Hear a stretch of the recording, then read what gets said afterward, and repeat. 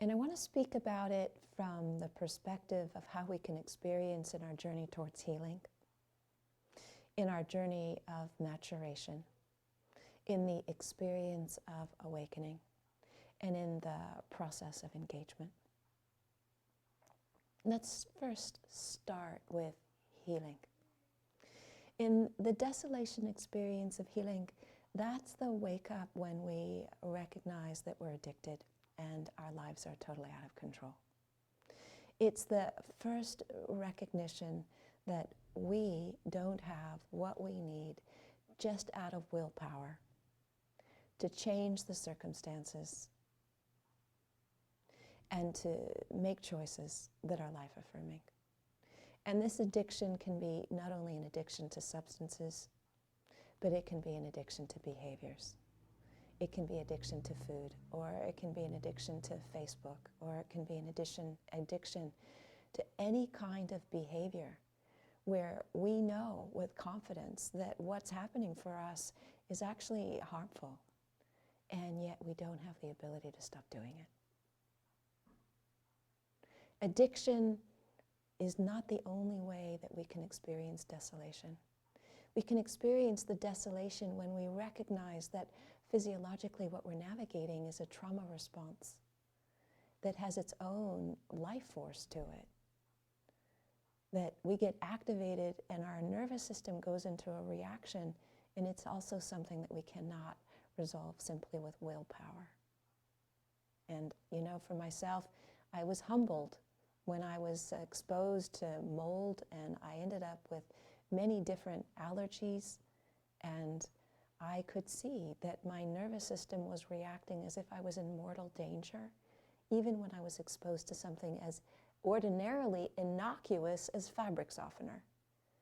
And there was no amount of telling myself it was fabric softener, it was not open machine gun fire, that let my nervous system relax.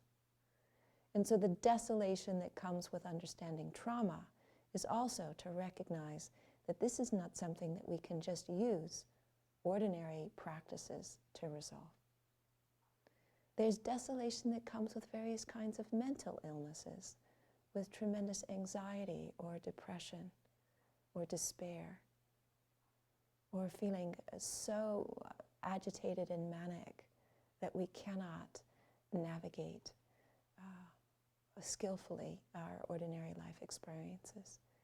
And in each of these areas, you know, what's needed are the specific skills to address them, to bring about balance. And so the point of desolation is again to recognize that what we're navigating is consuming.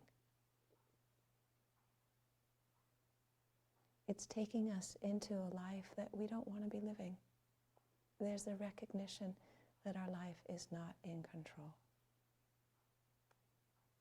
That these mind states are dominating and driving and causing a tremendous amount of pain and suffering. When we look at desolation from the experience of maturation,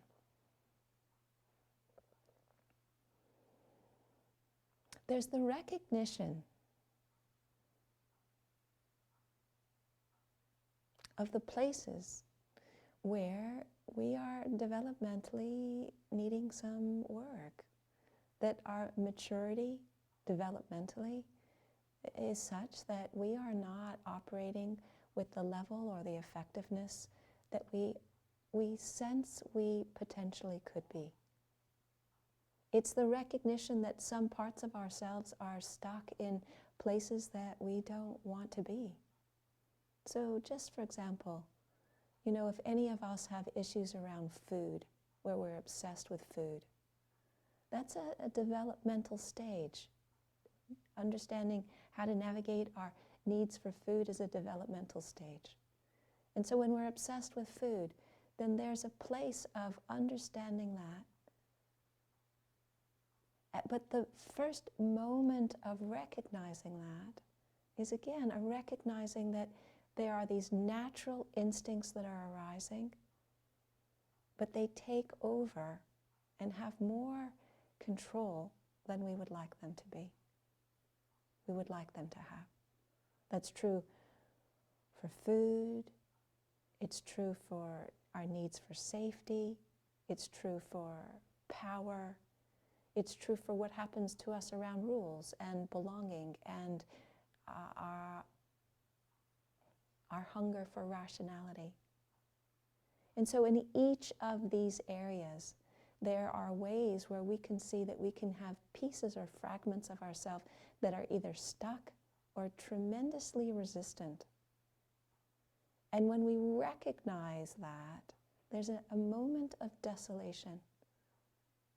And that moment of desolation is a beginning, an opportunity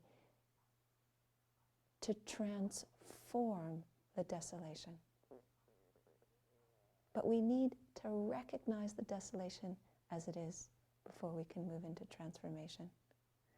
When we look into engagement, certainly there's the experience of what happens in communities and what happens in partners where relationships are not as nourishing or as authentic as we sense they might be.